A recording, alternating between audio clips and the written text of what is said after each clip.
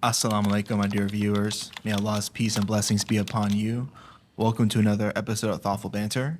In this episode, you might notice that we are not in our usual studio space. We are hosted by our gracious host, Shaykh Trenton Carl, at the wonderful Sacred Roots Center in Chicago.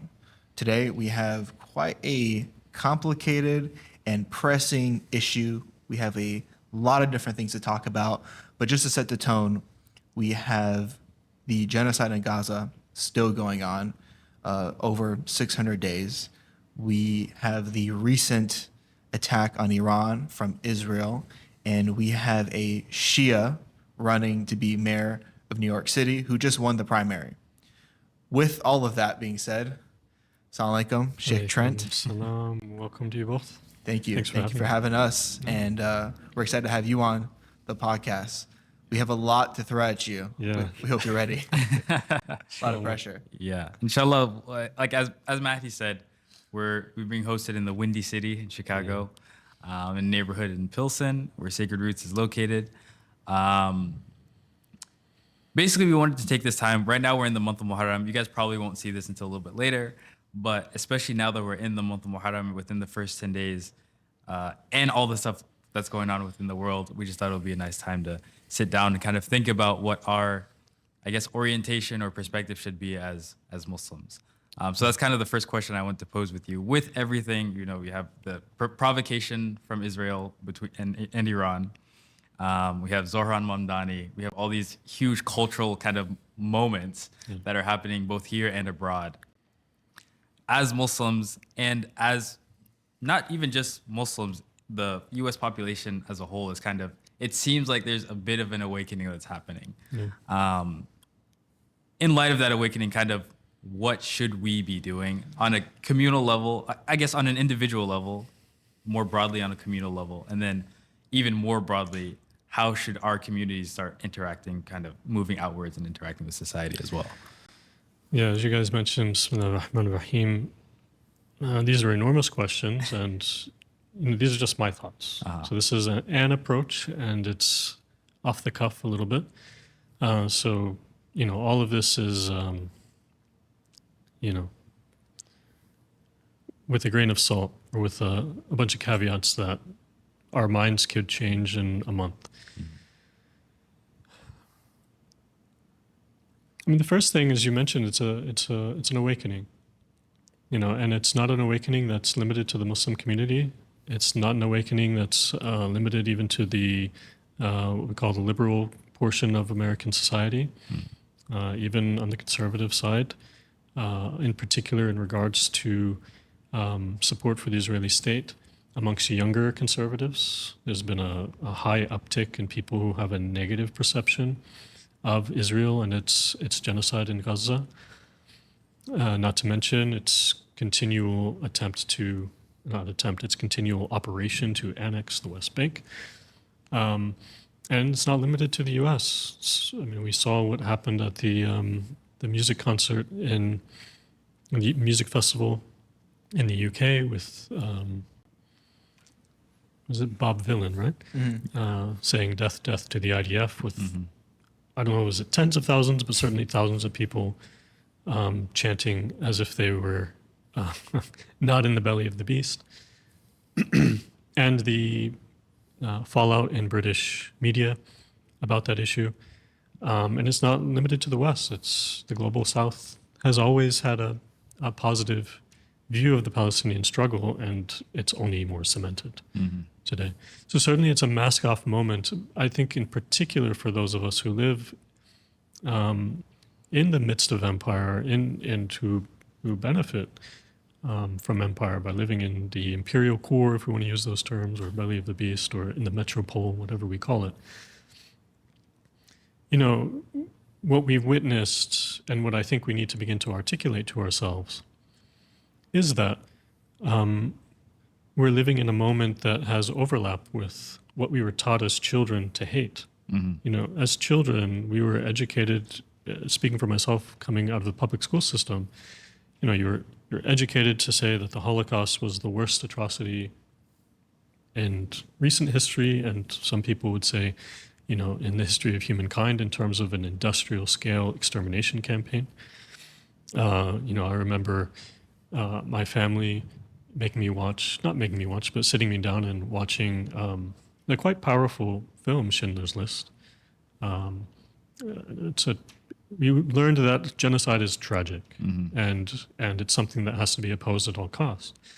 But now we live in a moment where genocide is occurring, and it seems like that's now a consensus among a broad consensus, an overwhelming consensus among genocide scholars of the Holocaust. The ICJ, of course, has provisionally said that this is a plausible genocide. So And even just want to jump off that Yeah, point real please. quick. Even if you don't actually think that they're, right now kind of yeah, carrying out a genocide, at least if you listen, like I'd urge our listeners or people who happen to come across this, just listen to what their heads of government say, right? Right? So even if you don't actually think it qualifies or is classified as a genocide, at the very least you can acknowledge that these people are speaking with genocidal intent. Even Yes. Piers Morgan, right, who's been a big supporter of basically the UK empire, right, historically and now, has gotten to a point where he's like, I can't. They've been saying so many things. They've been saying so many things like this, and their actions have been this. I cannot say anything but it's a genocide. Yeah. I was on the fence at first, but now 2 years in, and you wish it would have happened sooner, but at least it. I mean, the language there was on October 8th. I Yeah. mean, I remember my first khutbah after October 7th, and I just printed out the language of Israeli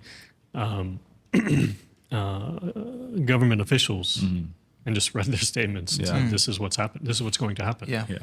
Yeah. And to that point, the fact that we struggle to this date here in the United States to articulate it as genocide clearly, the fact that we even have to add this caveat for the audience is is an indication of the power of mainstream Western media, which has to this day never articulated it as such. You don't see Israel's genocide continues on what's today? Is it July 7th or 8th or whatever it is? July 4th, whatever day is today. We don't see that it is continuing on in July 2025. Right? You don't see New York Times headlines. You don't see Washington Post headlines stating it as such, or even as an Israeli genocide. And so we have to distinguish between calling it an Israeli genocide or an American genocide, and I would argue that it's both, because our government is hand in hand with this process. It is arming the genocidal military. It has provided diplomatic cover for the genocidal government apparatus in Israel. It has provided rhetorical cover through the statements of who was the Joker-looking guy? Who was the spokesperson under Biden? He's now come out and said, I think Israel is engaged in war crimes. But for all of, I don't Biden's know why I'm presidency. forgetting his name, your viewers will know him because they had this meme where it was him and then like I've seen Joker this from the meme. Batman animated series. I've seen the meme. Yeah. I tried to blot his name out of my mind because I watched him so often. So we've given rhetorical cover from the government and from mainstream media that people are hesitant to even utilize that language. And again, looking at what happened at the, is it Glastonbury? Yeah. I don't know if that's the right pronunciation of the city, but the festival that happened in the UK mainstream media, BBC, Sky News, all of these networks have gone kind of full assault on the rhetorical flourish that happened at a punk rock show, basically, as if it's like the end of the world. Also, as if punk rock hasn't been the Transgressive. Yeah, That's the point, right? Exactly. I said it's not inherently Like that's been the point. anti-establishment. That's been Yeah. the point since its inception. And it basically. can. So when we're watching those, Western liberal societies who champion their ability to tolerate dissent and champion the tolerance of transgressive rhetoric as part and parcel of a free society, when they're going after even the, like you said, like the punk rockers, if they can't even be transgressive, what does that mean about how the geopolitical situation of the day is now reforming our society? Like even language is being repressed. All of this language of policing dissent against Israel as equating it with anti-Semitism is a repressive policy that's happening in the most important institutions in American society, from state designations and definitions, rather, of what anti-Semitism is, which includes mere critique of a nation-state's policies, including our Ivy League institutions often utilizing that same definition of what anti-Semitism is to police the language of students on campus. This genocide is not just reshaping, political lines next to Israel. It's reshaping and reformatting our own society that we're living in today. That's why we have Mahmoud Khalil, who's like a peaceful anti-war activist, locked up and disappeared for a period of time without any legal cover for it. But the Trump administration just held him. It's reshaping our society. Things that we didn't think were possible are now possible. Fears that we never thought we'd have to think about because we thought we lived in a free society are now making us rethink, well, what can I say? What can I articulate publicly? What is going to make me lose my job? How is my social media feed supposed to look, et cetera? So I just want to jump in with a question there, because you're right. It is kind of reorienting society and culture at large, especially here, but I'm sure elsewhere as well, in the Western world. So my question is, when you compare that reality, how do we kind of understand and rationalize what's happening in New York City, for example, where Zohran Mamdani is openly Muslim, openly Shia, and he also says these things that are very much not in line with the mainstream about Israel. I mean, this is someone who says, like, he's taken slogans that Palestinian protesters have used, and he said he's been very non-committal. He's been like, yeah, I think this means a lot of different things to a lot of different people. Perhaps there are some people who think this is, they want to take it to its extreme, its violent extreme, but there are a lot of people who are not that way. And years ago, if a political candidate had said this, they would have been dead in the water immediately, right? So kind of what do you think is happening? It's interesting because like a couple years ago, and I think Muslims we've always been looking out for, right? Anyone's running for office, there's the questions about how you're going to fix the job market, how are you going to ensure equality, and whatever hot issues are hot at the moment. And then there's always the Israel issue. And like you'll see time and time again, it's like, all right, here's when all the candidates from all the different parties agree on the same thing. Everyone's, no matter what, we got to support Israel even more. We really need to support Israel. And we never thought we could see a world where someone would just be like, why are we supporting Israel? And I'm sure everyone's seen the clip now where everyone who's running for mayor is asked about Israel. And these guys take turns bootlicking. I want to go there 8 times. I want to go there for my first time. Super excited. And Zohran just asks, and he responds with the most obvious response, like, I'm going to be in New York with my constituents.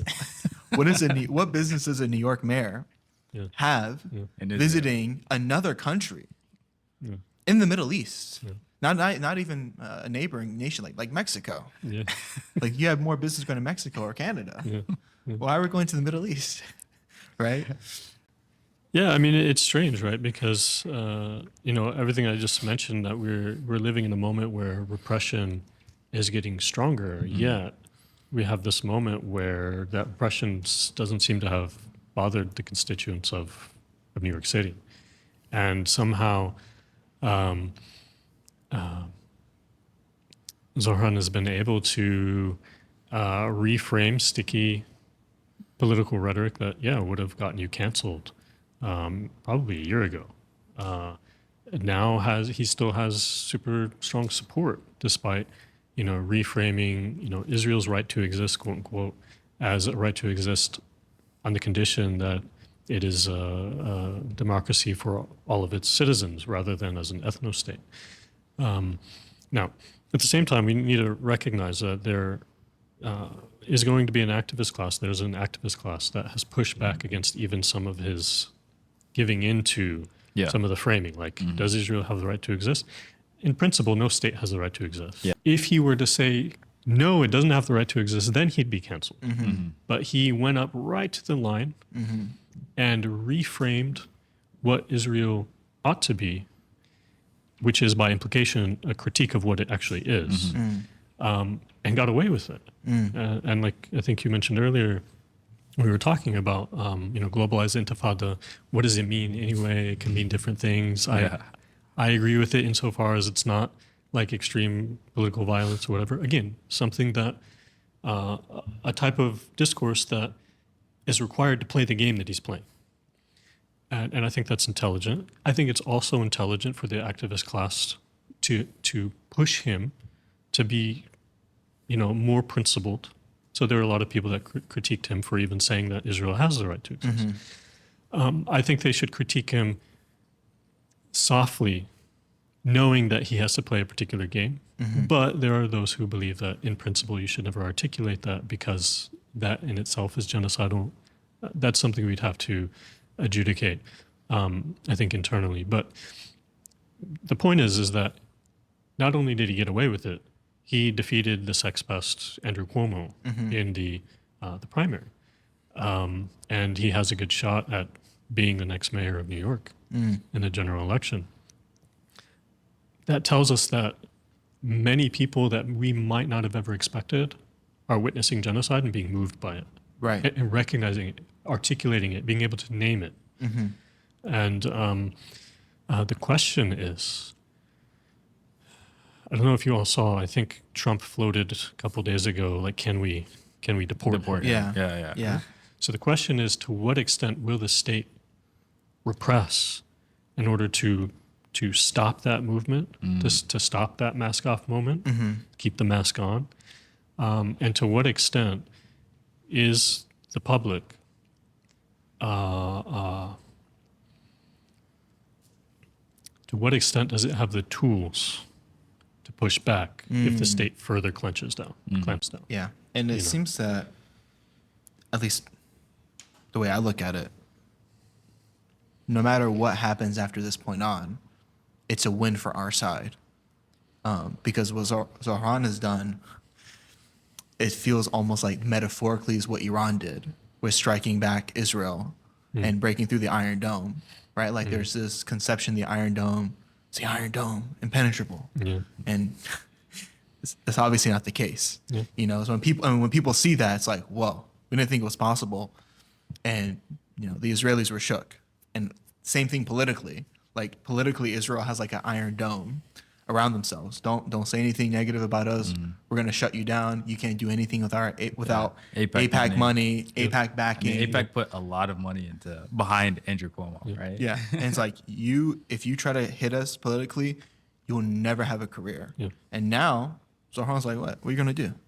And if he doesn't become mayor, which is totally likely just based on history, that's fine. The fact that he even went this far in is a win, right? Agreed. With two things we should add. It's a win, for sure, in principle, but it requires us to creatively find a solution. If he's crushed, for whatever reason, maybe they dig up something on him. Maybe just like they did with Bernie, the Democratic Party finds a way to just squeeze him out of the party. By using kind of its old heads, or any other mechanism they may use. The billionaire class somehow finds a way to, provide more money to his opposition, and that's just no way to win. Or even if he wins, say, and then he's just not able to govern properly because the forces of New York City politics, again, the ultra wealthy, just prevent him from accomplishing his promises. No matter what happens, it requires us to retool for whatever's next.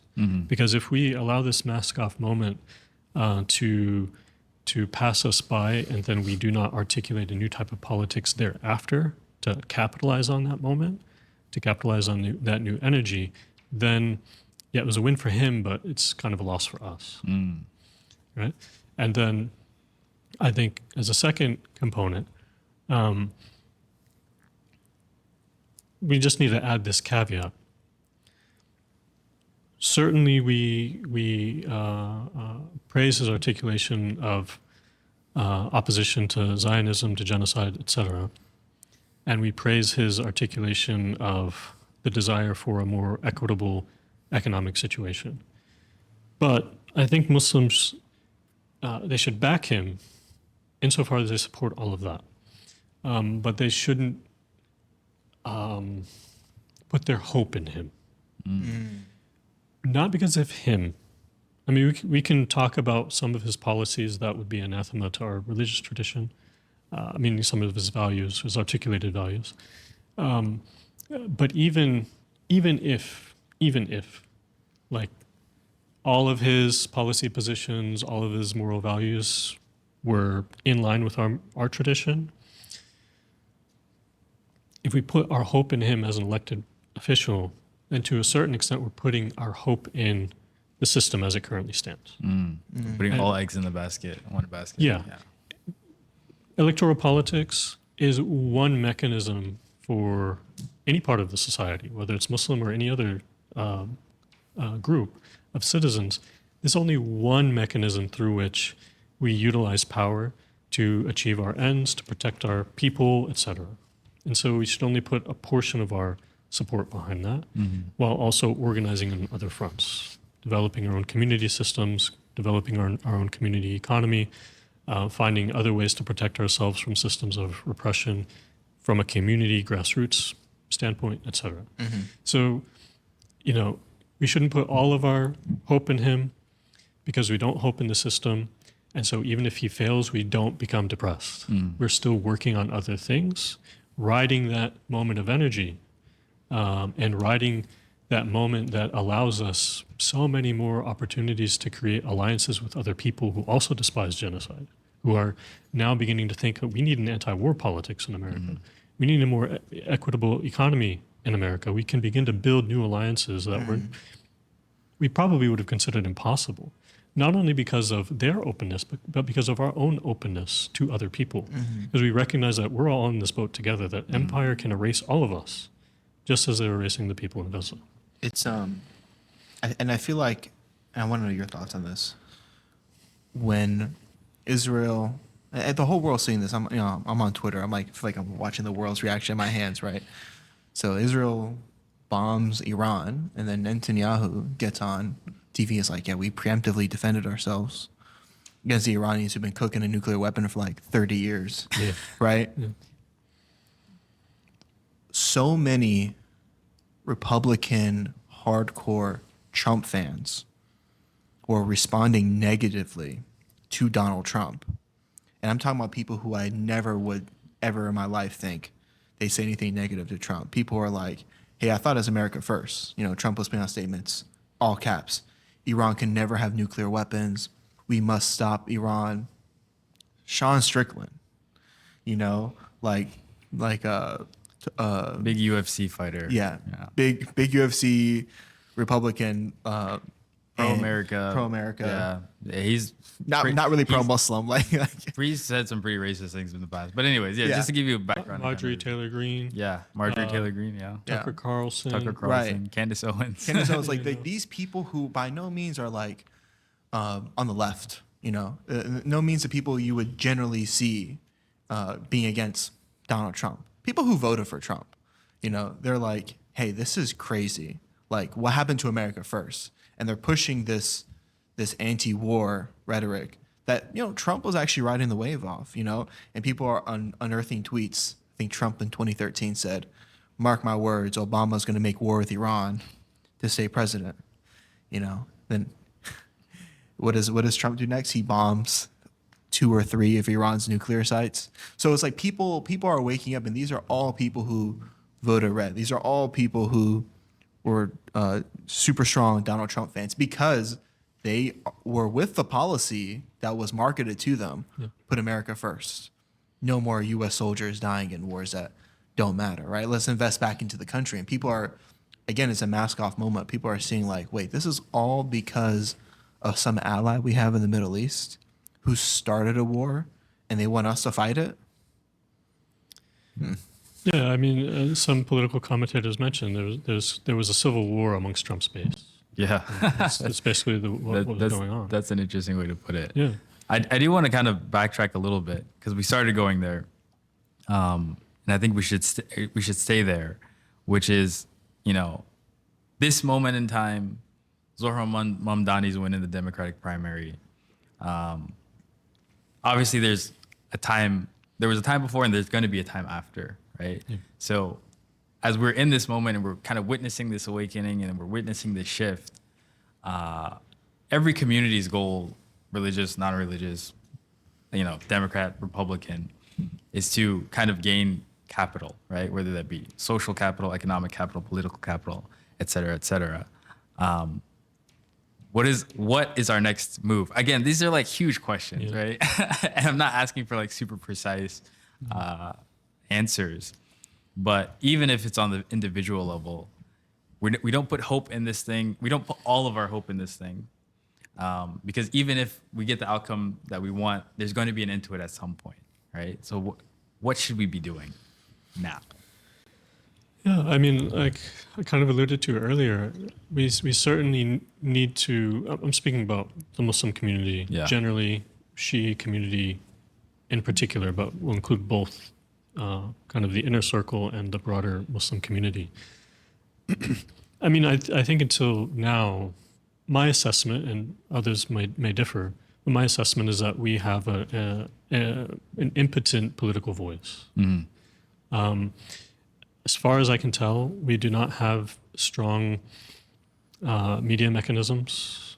We don't have, like the New York Times is the paper for upper middle class liberals, right?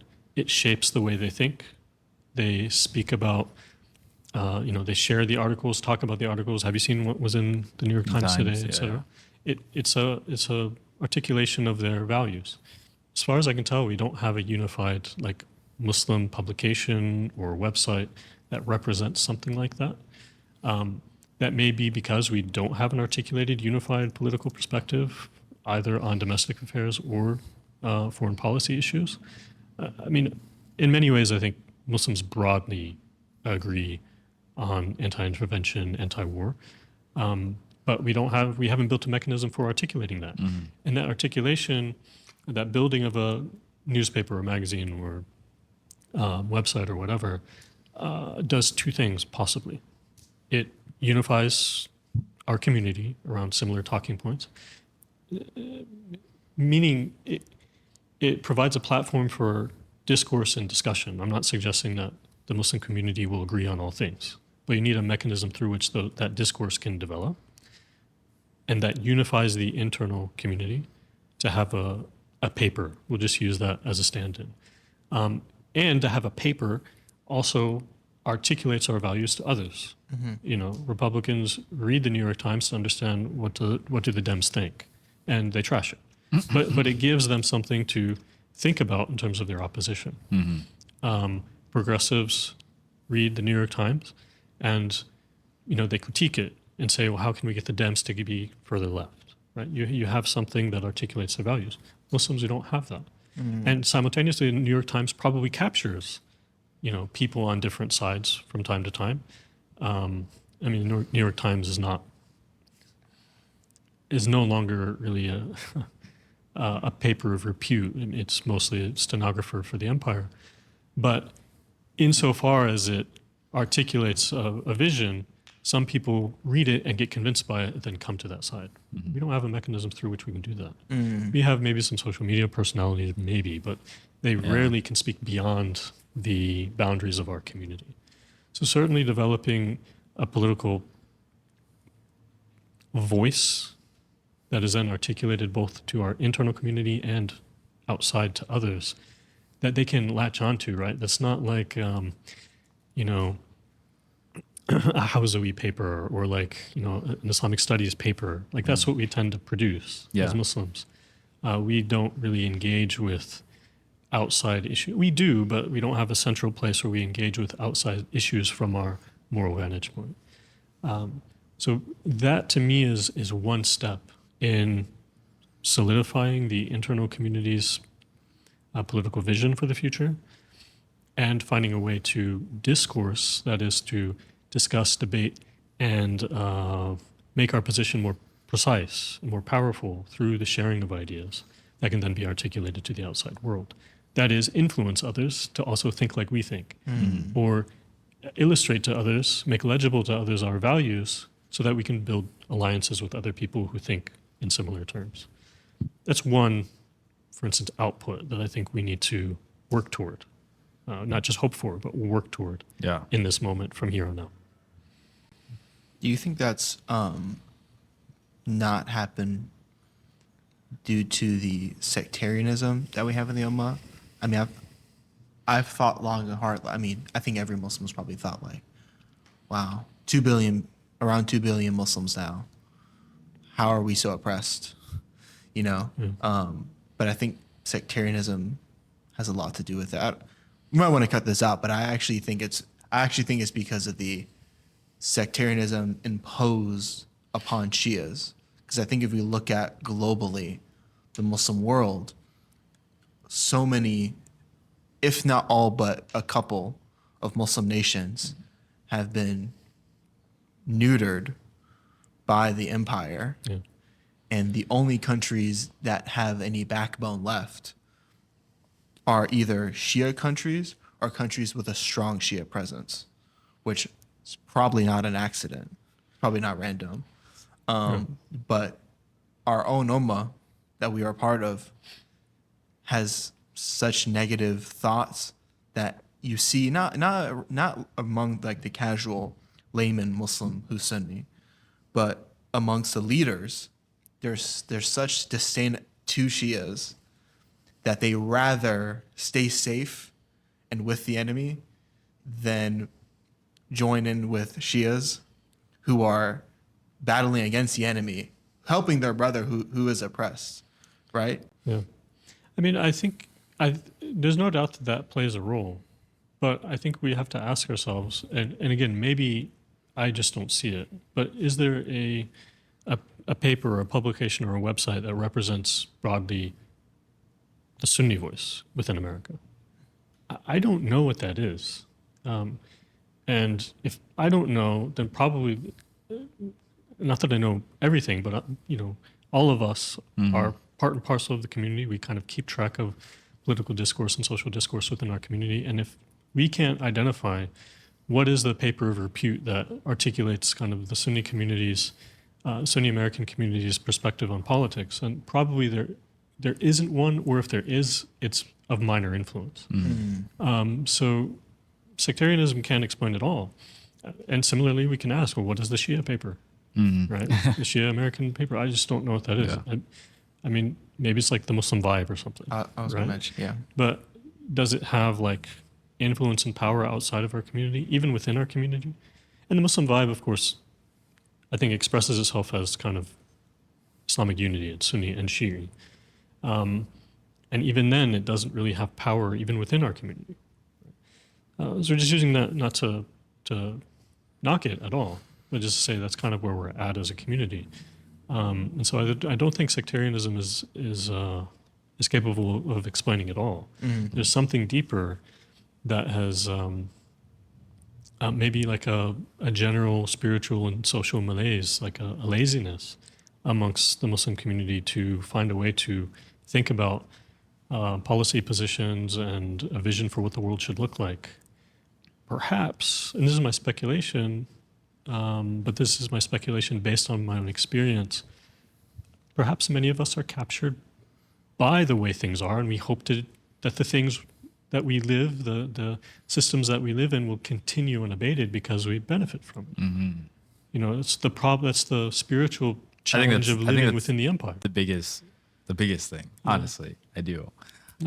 So my original question, I think I don't think it was as clear in my head until just now, but that's essentially what I'm trying to get at. Like, how do we shift that? Like, where does that kind of a shift start? Especially, you know, we're in America, we're all benefiting from America, being in America. And that because of that dependence and that benefit, we're also afraid to kind of shake it up too much, right? Because what's going to happen to my kids, what's going to happen to my grandkids, right? How do we kind of inspire that? And when we think about Imam Hussein, like you said, that's his story, right? That's his story. And from Imam Hassan to Imam Ali, right? Everything was building up to this mask off moment. Like, we give you guys no choice but to acknowledge the corruption in this political system, right? Imam Hassan knew that Muawiyah was not the person who would uphold the treaty, the kind of person who would uphold the treaty, and yet he did. His hand was forced to do it anyway, right? So yeah, I mean, given all that, where do we go? Again, that's an enormous, heavy, heavy question. Yeah. And maybe the answer is like, you know, I'm not exactly sure of every move that we should make, but at the very least, we should limit the dependence that we have on the system that we're currently in. Right. But yeah, I just wanted to hear your thoughts on that. Yeah, I mean, it's definitely enormous, and it starts with it starts with an interrogation of where your allegiances lie. You know, do my allegiances lie with, you know, my the desire for my, and I'm not making this like black and white, right? It's not a pure binary, but if things come down to it, is my allegiance with the preservation of my retirement fund and my hope that my children will go to an Ivy League school or even a state school. We don't need to make it like about elite or not. My children's ability to make more income than I started with, which is what I think every parent hopes, that their children are more materially successful than they are. If it comes down to it, when it's a choice between that or a more free and just world, right? Where do our hearts really lie? That's the story, as you said, of Al-Hussein. He goes in response to the Kufans' request to rebel against the empire. He arrives and realizes, and well, he received letters prior to, but he realizes that the Kufans were not going to back him like they promised because their hearts were no longer with him. Their allegiance was to their financial and material safety, because that's the lever of power that Ibn Ziyad, the governor of Kufa, put on them. He said, we're going to squeeze you. We will either kill you or take away your stipends if you continue to support the insurrection. That's where we're at. We're at a mask-off moment. Al-Hussein gets slaughtered. His companions, his family gets slaughtered. And now nobody can doubt that the Ummah has deviated from the prophetic vision because the Prophet's grandson is killed. Where do we go? We go in the same direction that the people who realized after, you know, the repentance movement and the small population of people who are allied with the Ahlul Bayt, they had to rebuild internally. So for us, where we're at now is that we need to begin to articulate and develop systems of communal preservation and communal economic stability that doesn't rely on the systems of power that are committing genocide. You know, like we were speaking about before we began to record, you know, if we can articulate clearly in our minds that America is involved in a genocide, there is an American genocide ongoing today, then that means that the, you know, heads of companies, the government apparatuses that support the Israeli genocide on Gaza are akin to people in the SS, people in the Nazi Party. It sounds uncomfortable initially, but if they share in genocide, then they share in the qualities that create genocide, the desire to exterminate another population or to move them out. Now, up until today, we've created, our community has often tolerated working for or working alongside with, creating alliances with people who have values totally antithetical to ours. But if I were to ask most Americans today, would you be comfortable being employed by a Nazi Party official? Most people would say no. I mean, most of us would say, I don't want to be employed by an outright racist. Yeah. You know, a racist who doesn't have any power to commit genocide. Right? But many of us are probably employed by people who give money to the Israeli state, which is committing genocide. And most of us probably, at this moment, are not comfortable saying, I need to quit my job now.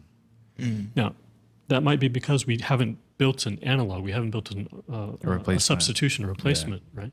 So that's what we need to get working on so that people can have the bravery to say, I need to eject. I can't work under a genocidal person. When you were speaking, it reminded me of this scene from the show called Succession.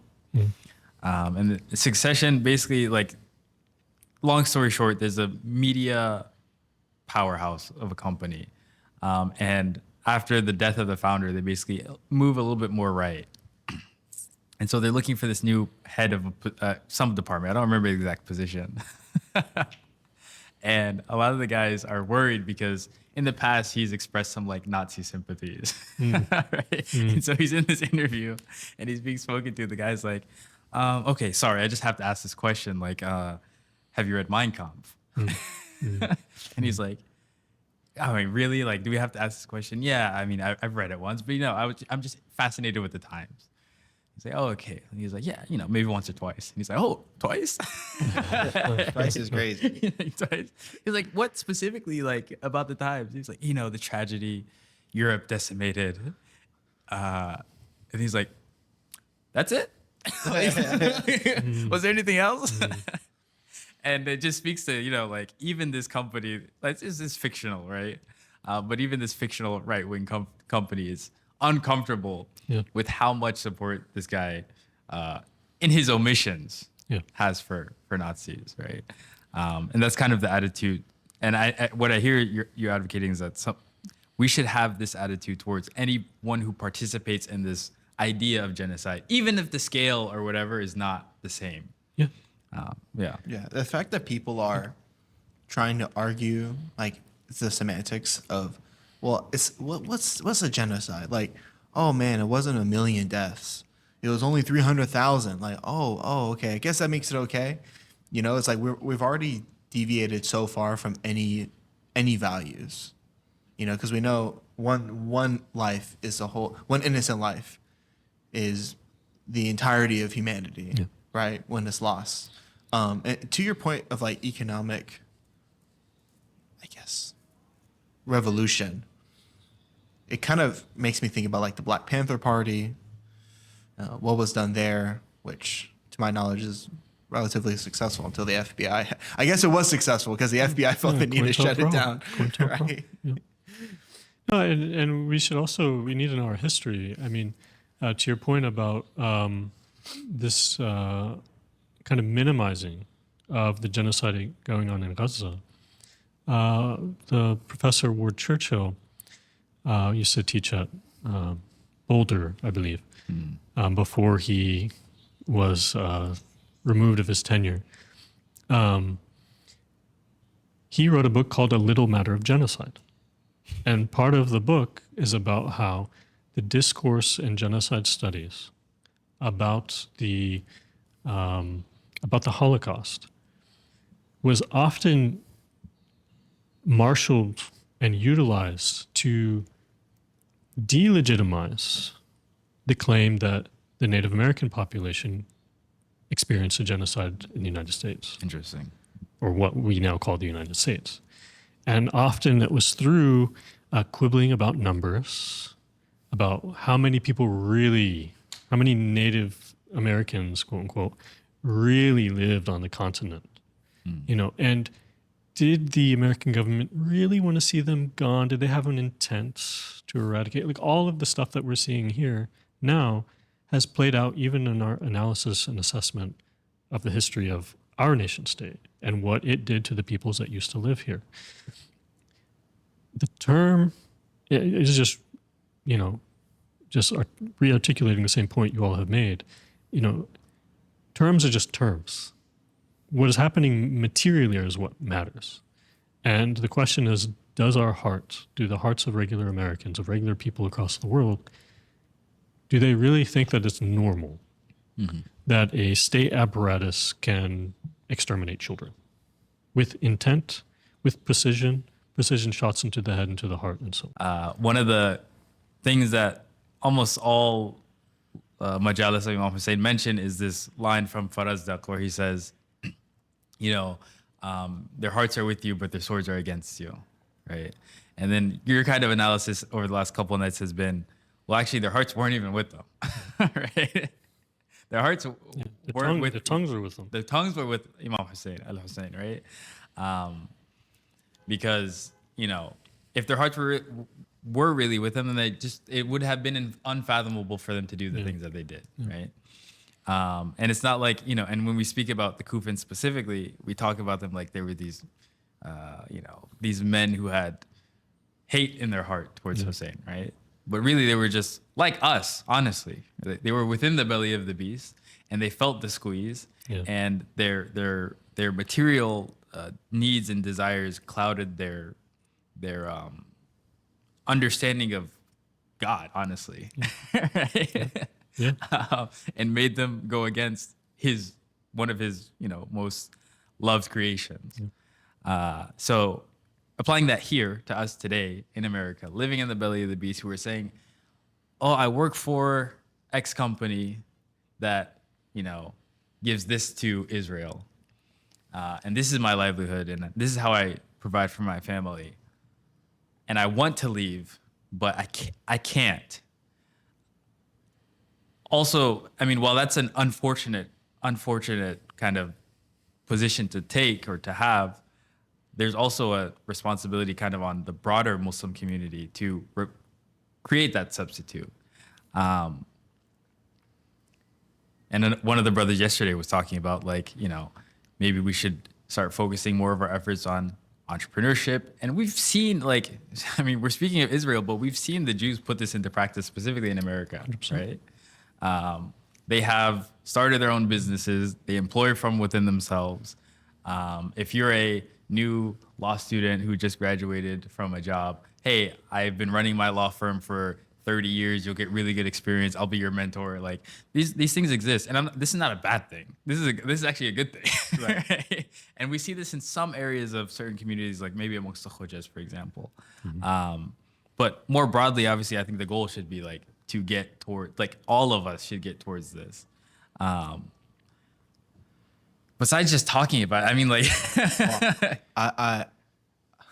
Shaykh Trent's not going to say this because it's too nice, probably. So I'll say it. If you're a Muslim working at Lockheed Martin, you designing missiles, you're going to have to quit your job, buddy. Because, and I mean, feel free to disagree. But I'm not even talking about. But that's the first step. That's the most obvious. Right, but I'm saying people aren't even doing that, bro. Yeah. We're at this time right now, and it's not like these people are working at McDonald's. These people at these companies that are connected to the military-industrial complex, they're all making good money. And bro, Muslims are doing well financially, generally. Come on, man, you got an emergency fund. Quit your stupid haram job and get another job. You're skilled. If you're in the position to be building these missiles, building out these AI models, you could quit your job and work somewhere else and take a pay cut.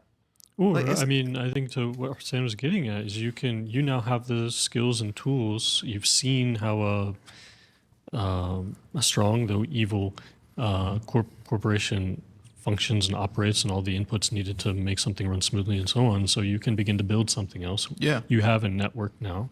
Presumably you have a network with other like-minded Muslims who have those skills, and you can build analogs that, meaning substitute companies that are still profitable, but are geared toward positivity in the world. And, right. So that's one of the things that tends to get missed when, you know, when people from the activist class or from maybe from the scholarly class kind of criticize the economic systems as they are. People tend to think that means they're asking me to be like impoverished or broke. Yeah. But what we're saying is, no, utilize those skills and then free yourself from those mechanisms of repression and empire and develop alternative wealth accumulating companies that can be pumped back into the community, not only internally like as a Muslim community, but that can do good in the world more broadly. Supporting, again, thinking about reducing the distinctions between the ultra rich and the working poor. Like, you know, this wealth inequality tends to make states and civilizations crumble, so that it's in our interest then to actually raise the poor up, poor of course, quote unquote, and to articulate a different type of economy that doesn't continue to reward the ultra rich and through continual exploitation of regular people and so on. And so thinking about running your companies also on with different economic assumptions about what is a good working model, et cetera. Yeah. Though that's the hard work that needs to be done. And it's not done, you know, it's not done from the minbar. Yeah. Like it's not done from the pulpit. It's not done from the masjid floor. It's you take the values that you learn in the masjid, Right. and then you articulate that through an embodied way of living in your professional life, in your family life, in your life with the society around you. You know, and so insofar as the, you know, remembrance of Imam Hussein, for instance, through the majalis as a vehicle, it has maintained a latent and potential possibility for revolt or transgressive politics against the empire. We're now at a moment where that potential needs to become kinetic. It needs to come out. And that requires, to a certain extent, the pulpit to be used to encourage that. You know, and I'm not sure we're even seeing enough of that. You know, it's important and good and necessary to remember the virtues of the Ahlul Bayt, but we need to kind of build the bridge for people to be able to articulate an embodied way of living based on those values that we remember day in and day out. And again, this has to be, in my view, this is not a Shi'i story. This is a Muslim story. And the fact that is kind of a deep dive to a certain extent, but the fact that even in certain Sunni discourses, mostly Wahhabi, but there's still an articulation that Hussein and Yazid both had equal authority. Like they were both possibly caliph, and they differed, and, you know, radiyallahu anhuma, both of them, may God be pleased with them. You know, the fact that that still exists within, you know, again, a particular subset of the Sunni community means that the Muslim community hasn't fully understood the contemporary political and social implications of our early Muslim history, which is shared. Al-Hussein is a shared figure amongst both. So Shias cannot, you know, take Hussein into our corner. We need to be re-articulating that story to the community more broadly, and then those extreme views within the Sunni population, you know, the larger Sunni demographic needs to put them in a corner and articulate their allegiance to Al-Hussein. I'm not saying that they don't, but I'm saying that we are all struggling with how to build that bridge into embodied allegiance with the Prophet, first and foremost, and then his family thereafter. And so there are several cascading effects or several cascading requirements for all of this to happen over a long term. It's not just what do the people in big business do, how do we create alternative businesses, but it also is going to start on the ground with the way we educate our children. You know, are Muslim education institutions basically just developing good citizens and consumers just like the state schools? Or are we teaching our children in Islam that is transgressive against empire from day one? Right? And how do we build pedagogy based around those values so that the next generation and the generation after that are primed for the work that we can only begin? I mean, I'm middle-aged, right? I'm not going to see the fruit of most of this, just to be honest. But maybe my daughter will, or maybe her children will, you know. And so we have to begin to work also long-term. Think about education institutions, the way Masajid teach, the way our Muslim schools operate, etc. These are all part and parcel of this larger project. So everybody has a role, is my point. Yeah. So and I think sorry, I'm just gonna go. and we can wrap up soon after this if you want to move in that direction. But so I think I agree with you. Just going back to your earlier point, which is like we don't talk enough about kind of the economics, right? And even more than that, but I guess maybe this is built into the economics, is that like there is a complete kind of incentive structure that we need to change and like completely transform, right? I love that. So I can give you an example. Like this is what I learned in school: price gouging, right? There's a scarce resource, right? Few people have it, and the price of it shoots up because the supply is limited. The demand is high and the supply is limited. Right, so the prices of water, for example, this thing that a lot of people need in a crisis, will shoot up. A hurricane comes, everybody's trying to evacuate a city, gas prices shoot up. Gas prices shoot up, right? And we're taught through hadith and stuff like that, that you're not allowed to price gouge, right? But you know, a capitalist says, well, this price is a signal. This signals people from outside the area to come because they know they're going to make a profit. Eventually, once that happens, the supply actually increases and then the prices come back down. So actually, this is a good thing that's happening, right? Hidden hint. These price signals, et cetera, they're good. But you know, the Muslim kind of perspective is that like, hey, if my brother, or even not my brother, like my brother in humanity, not even my brother in faith, needs this thing, the reward that I get from God is greater than the extra money that I might extract from this resource being scarce. And so therefore I'm going to do it even though I might maybe even lose money. But if I have the option to do it, I'm going to do it. And I have the capability to do it, I'm going to do it. So it's like a complete restructuring of how we view even economic exchanges, right? And yeah, I mean, like I never heard that spoken about. I don't think. And we have examples in hadith where people are like, "Hey, you know, you're living under this oppressive government. I can help you out. We have this many people back in my home country. Just tell them to come." And the imams say to them like, "Is your society like this? Is your society one in which your brother can reach into your pocket, take what he needs, and you have nothing like to say about it, right? Not because not because it's not an inconvenience, but because you know he needs that from you, right? And you trust them too. And you trust him It's to not just his need. also it's trust. replace it when he has the capability to, right? So like there's a greater thing that's tying us together than just, hey, I have $5. Can you give me back my $5? I mean, I think that one of the things that struck me recently as I was reading the letter of Ali bin Abi Talib alayhi salam to his appointed governor in Egypt, Malik al-Ashtar.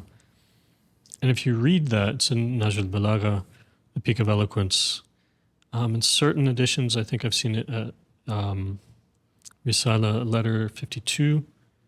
In others, maybe letter 53. Some editions number it differently. And you know, he's appointed a governor as caliph. So Ali bin Abi Talib, Imam Ali is the caliph. He appoints a governor to do his, work in Egypt. But you read that letter, and it's partially a document of governance, and it's partially a document of how to be a sage. Like, he talks about spiritual refinement, not just at the beginning, like be good and now do all of this do all of these policies. It's like embedded in all of the policies he tells him to engage in, whether it be policies of governance. There's also policies of economics. So he gives a class stratification. He says these are the classes that you'll be dealing with. And at the end of that discourse, he talks about the poorest are your most important class to care for. I mean, that's not an articulation at all in our politics. He says your allegiance is to them first and foremost. For us, it's the opposite. The ultra wealthy, right? That's why Bezos and who's the Facebook guy? Mark, Elon Musk, Zuckerberg, all of these guys were at Trump's inauguration. This is an inversion of a prophetic Frontline policy row. of governance and economy. Yeah. And yeah, to your point, most of us do not think in those terms. We still think in technocratic, secular, political, and economic terms, with all of the values and assumptions embedded within those sciences, those disciplines, political science and econ, which are anathema. Like they're alien to our tradition's discourse. We have to teach our children that different type of discourse so that they become political actors, political agents, economic actors, business owners, etc., with those values in mind. With everything that's happening in the world and recent events, semi-recent events like what's happening in Gaza, more recently what's happening specifically between Iran and Israel / America, I have had thoughts, and I think a lot of other Muslims have had thoughts, where you think to yourself, what am I even doing here?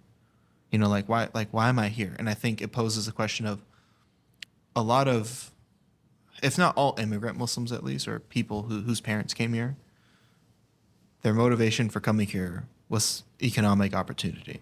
It wasn't to spread Islam, it wasn't like, it was to get the bag, and I think people have asked themselves like, hey, like, is there even like a future to build in the West? So I think part of the reason for the symptoms we see in the Ummah here in America is that there actually was never a solid vision of like, no, we're going to be Muslims here and we're going to like build up and cultivate an Islamic society. It was, no, we're going to be Muslims here and come here and get money and like do well and then like have our kids do better than us. So eventually, inshallah, we have like a millionaire in our bloodline, right? Who will elevate us all, right? But I guess the question to you is like, to that, do you think it's do you think it's like a worthwhile pursuit to build here, or is there does it make sense to like, hey, maybe you just don't build an empire? Like if this is an empire, bro, like you don't gotta build an empire. You could just go somewhere else outside the empire's reach. Or do you think it's actually a necessity that we do building inside of the empire? It's a huge question. Yeah. I can't speak on it authoritatively at all. But we can ask some questions. First question is, if you live in the United States, to what extent is your capacity for changing the political and economic world that you live in, to what extent is it different than, say, if you lived in Egypt? Because if Egypt is an outpost of the empire, is it really distinct? Maybe I'm proposing something, I'm not sure. But maybe there's actually more power, more potential to develop power here than there is in a more repressive state that is an arm of empire in what we might typically call the Muslim world. We usually think of these as like separate entities. America's a state, a nation state. Egypt's a nation state. UAE's a nation state. And we make hard distinctions between them. But if we're talking about empire, an empire isn't just within the 50 states of the United States. It is an umbrella that includes other nation states under its influence. So you'd be limited to, if you're going to move back, quote unquote, you'd be limited to a handful of states that are moving against empire. Right? So that's one thing. How are we framing where we live? What does it mean to live under empire? So living under empire is the story of the family of the Prophet in a lot of ways. And so we probably need to begin to look at those stories for reflection about how would we articulate that in our time. Now, there might be a case to be made for like hijrah, like pilgrimage to some other place, meaning moving permanently to some other place. But it's not clear that that is really a plausible option for the world's Muslims. Yeah. I'm not sure where they would go. I'm not sure how they would integrate into a new society because the way America works in terms of its integration of others is distinct from, say, moving to Egypt, or pick any other, Saudi, for instance, pick any other state that you want, Iran. It's not the same. The social contracts are different. The assumptions about others are different. The capacity for outsiders, quote unquote, to build power in businesses, et cetera, are different. And it may be that we move some other place, but we are still kind of complicit in empire by being pacified by the governing structures that are more oppressive than what we encounter at home here.